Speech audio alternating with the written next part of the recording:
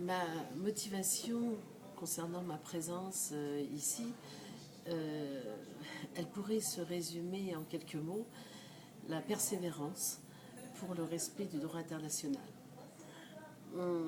Au-delà du fait qu'en tant que parlementaire, sénatrice, j'ai toujours œuvré, même à l'époque où j'étais au Parlement européen, j'ai toujours œuvré pour le respect du droit international et en particulier contre l'impunité dont bénéficiait Israël.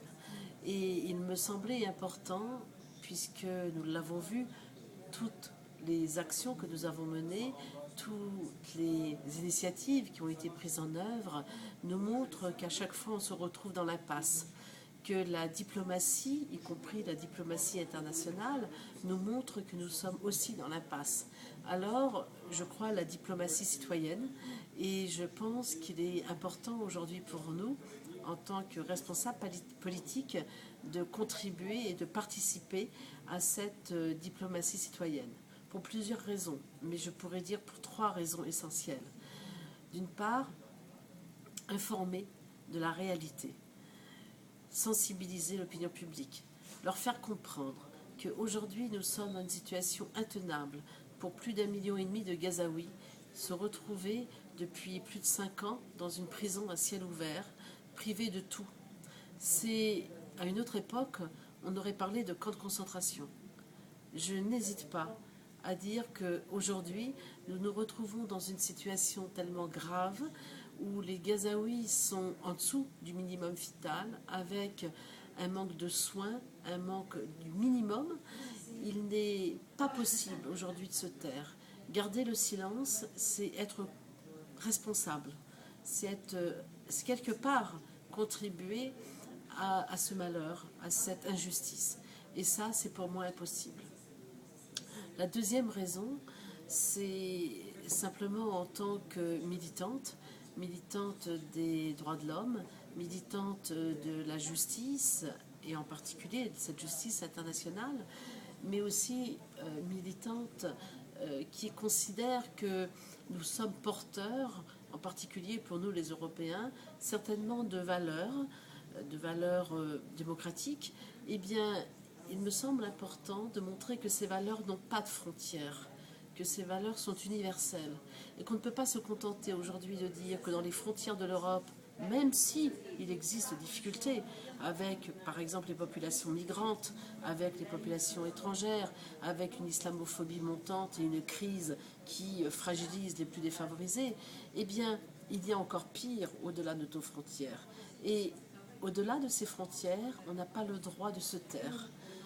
Il me semblait important de montrer, en fait, pour que nos valeurs soient crédibles et que nos valeurs aient un sens, qu'elles doivent dépasser les frontières.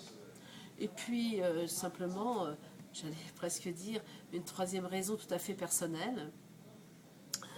J'ai commencé à militer il y a très longtemps, au moment de peut-être Sabra et Shatila, où j'ai senti combien les massacres pouvaient être insupportables et combien on ne pouvait pas garder le silence.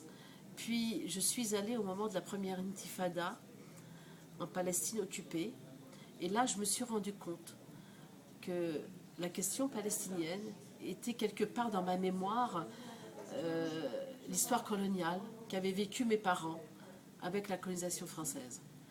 Et donc, autant mon père s'était battu pour son indépendance, autant il était important pour moi aussi, à mon tour, de prendre la relève et de me battre aussi pour l'indépendance des peuples, pour l'autonomie des peuples.